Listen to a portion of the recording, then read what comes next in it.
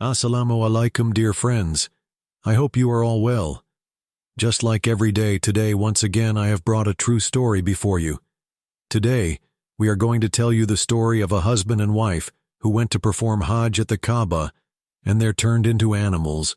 What act did they commit in the house of Allah that caused them to receive such a painful punishment? Witnessing this, the people present there were compelled to say, Astaghfirullah. Hearing this incident will also shake your soul. Therefore, I request all of you to listen to this story completely and take a lesson from it. Before I begin the story, if you are Muslim, please subscribe to our channel so that you can continue to receive such stories, and don't forget to like the video and share your opinion in the comment section. Let's begin the story. In a region of India, there was a religious family where a father, mother, and their son lived. The parents were very pious and virtuous people. The father, who was an imam of the mosque, had been guiding people on how to perform Hajj for some days, so he would come home late after the Isha prayer. His wife was also regular in offering prayers. The whole neighborhood called her Appa Ji, and she used to educate people about performing Hajj. The neighborhood children also learned about religion from her. Both husband and wife started their married life after performing Hajj because they believed that as soon as they got married, their family advised them to perform Hajj first. Their entire family was very pious and religious. Whenever they arranged a wedding for their children, they would take them to visit the Kaaba before anything else. This tradition became a custom in their family. Now their son had grown into a young and handsome man but was very liberal in his thoughts. Occasionally he would pray upon his parents' insistence, but he was not as pious or virtuous as them. He spent his entire day wandering around with his friends. He neither looked after his father's business nor did anything else, even though his parents had raised him very well. In childhood he used to pray and read the Quran, worshipping Allah. But as he grew older, he started hanging out with bad friends and gradually abandoned all his childhood habits. He neither prayed regularly nor read the Quran. He even started coming home late at night. His behavior caused his parents a great deal of worry. One day, a woman from the neighborhood came to their house, hesitating and looking around. When his mother offered her tea, she replied, Appa Ji, I haven't come here to eat or drink, but I wanted to tell you something. Actually, she wanted to talk about their son but was unable to gather the courage to speak because everyone in the area knew that this family was very religious and pious. Their entire family had a reputation for being virtuous, so the woman hesitated to say anything. Finally, the boy's mother said, Sister, whatever you have to say, speak freely. Then the woman gathered her courage and said, I wanted to tell you something about your son. At the mention of her son, the mother immediately looked at the woman and said, What do you mean? Did my son say something to you? The woman replied, No, he didn't say anything to me, but he, along with his friends, engages in some strange activities. Look, Appa Ji, I know your son is very good and your family begins life only after performing Hajj and visiting the Kaaba, but your son's friends are not good people. Together they disturb some of the people in the area a lot. Appa Ji said, Sister, what has he done to trouble you? The woman replied, For many days he and his friends have been throwing stones into the homes of families with young daughters. Sometimes they talk to those girls while they are coming and going, and today they crossed the limit. A girl was going to her madrasa and they pulled off her scarf. That girl slapped your son across the face.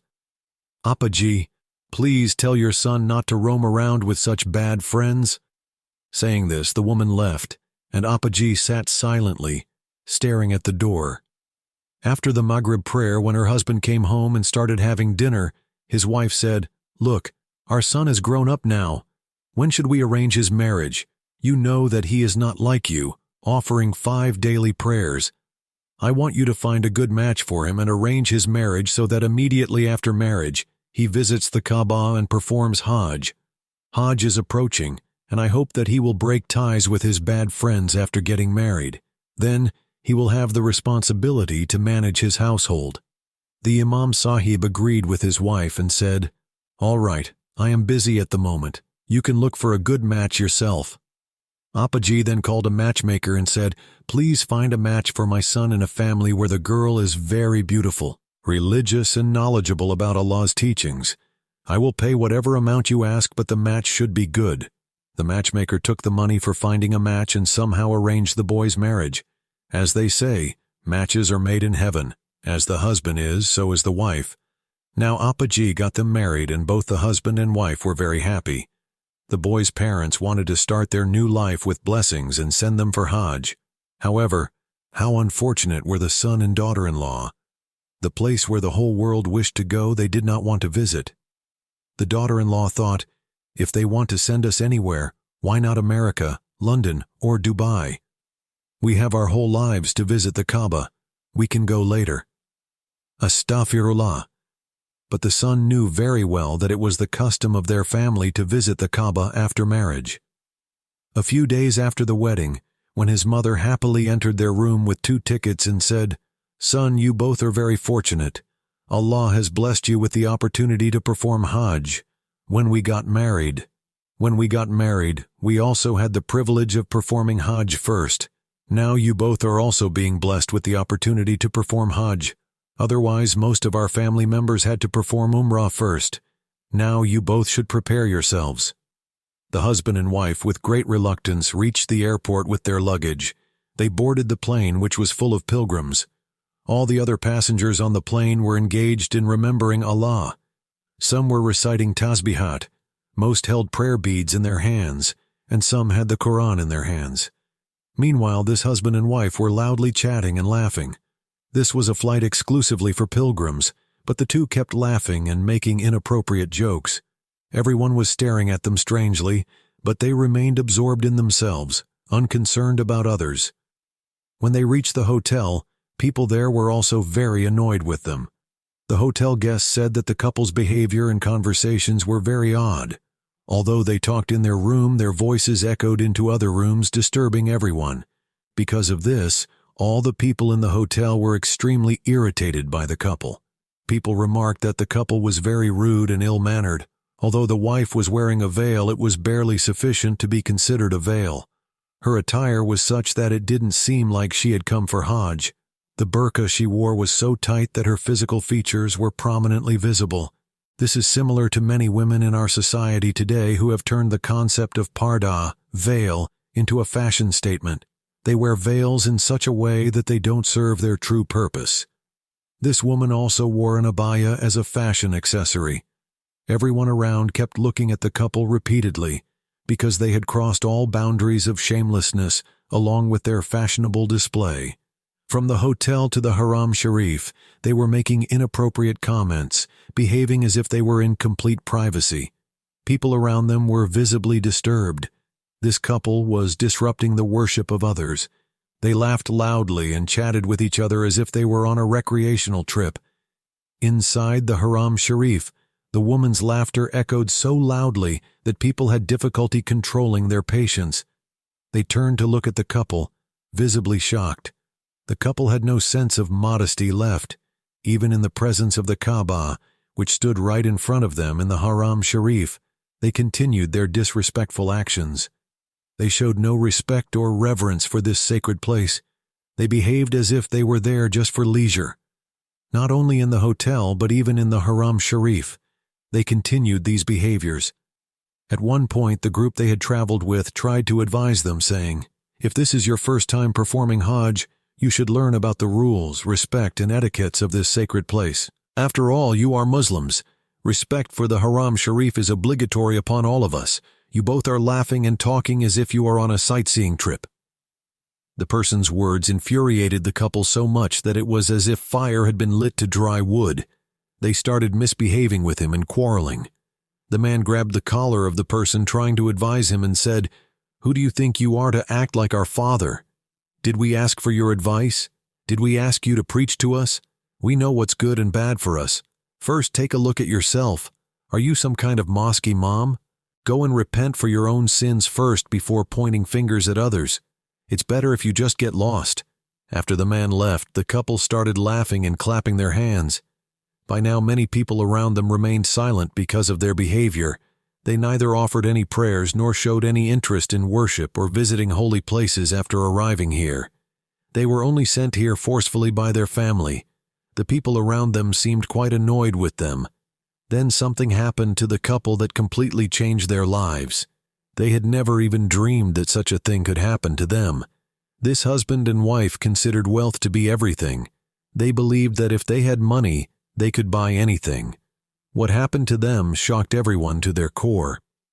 One day the weather was very pleasant. Early in the morning the pilgrims left to perform tawaf, circumambulation of the Kaaba, because they wanted to make the most of the beautiful day by visiting as many holy sites as possible. The couple left their hotel in the morning, strolling toward Haram Sharif. They were saying to each other, "Today we will go to Haram Sharif for the last time. For the remaining days we will go sightseeing." The wife said to her husband, "Your family is so strange. They forced us to come here right after our wedding." The husband replied, "I'm just following the family tradition. Otherwise, I didn't want to come here either. Astaghfirullah. God forgive us. Today is such a beautiful day. After this, we will go somewhere else." How tragic it was that they had no passion or love for the house of Allah in their hearts. Many people yearned and longed to be here but were deprived of the opportunity.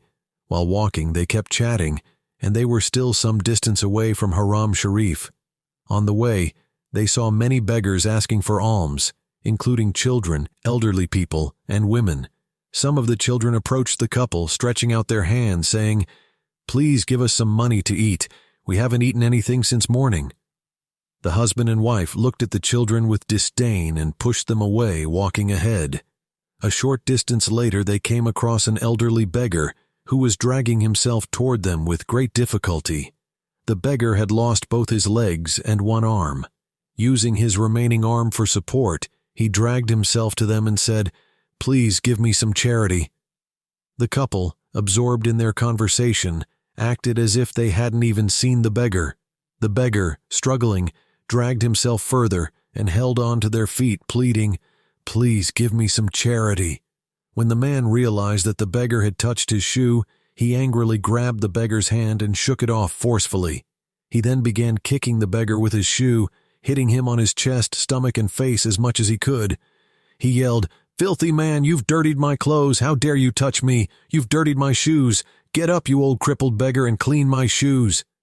Then he placed his shoe on the beggar's face, and he placed his other foot on the beggar's arm and said, "Clean it with your tongue." The poor beggar, helpless, had tears flowing from his eyes out of sorrow. Not only was he missing limbs, but the boy had also placed one of his shoes on the beggar's remaining arm. The boy yelled, "If you dare, I'll cut off your one remaining hand as well." What could the helpless beggar do but cry?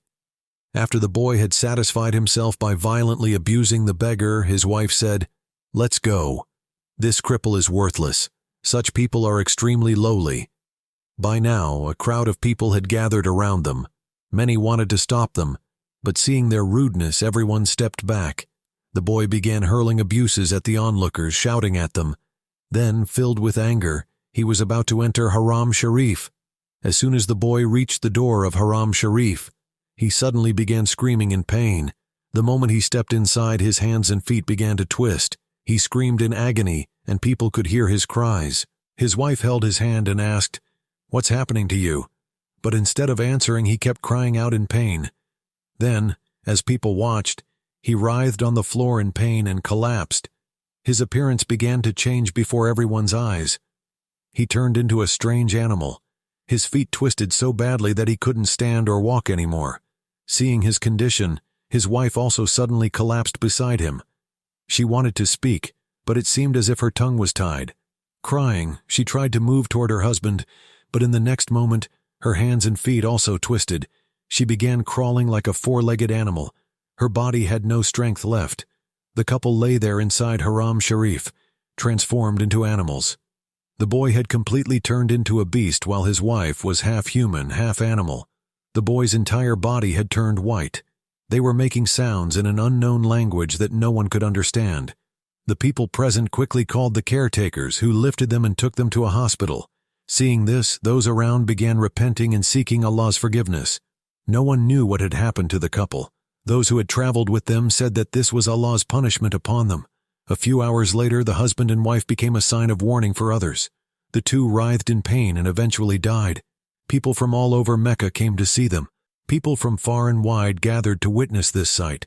They kept repenting and seeking Allah's forgiveness. Everyone asked their fellow travelers what had happened to them. The truth about their behavior was revealed, how they mistreated others, especially the helpless beggar. When Allah decides to tighten his rope on someone, it takes no time. This story spread among all the pilgrims and throughout Mecca. People who saw them would touch their ears in repentance and repeatedly recite Astaghfirullah. Viewers, did you see how Allah punishes the oppressors? Never think that someone is weak or incapable of doing anything. Allah is always capable. Humans may be powerless and helpless, but Allah is neither powerless nor helpless. He sees everything. Another point is that performing Hajj is a blessing that Allah grants to whomever He wills. Those who are destined to perform Hajj are indeed fortunate. Some think they can perform Hajj simply because they have wealth, but this is a grave mistake. Allah can call even the poorest person to perform Hajj, and if He does not will it, even the wealthiest person may be deprived of this blessing. It is only when Allah calls a person that they can go to His house. May Allah accept the Hajj of all pilgrims, accept their worship, and grant us the opportunity to visit His house and the Rawza-e-Rasul, the Prophet's grave. Sallallahu Alaihi Wasallam. Ameen Ya Rabbul Alameen.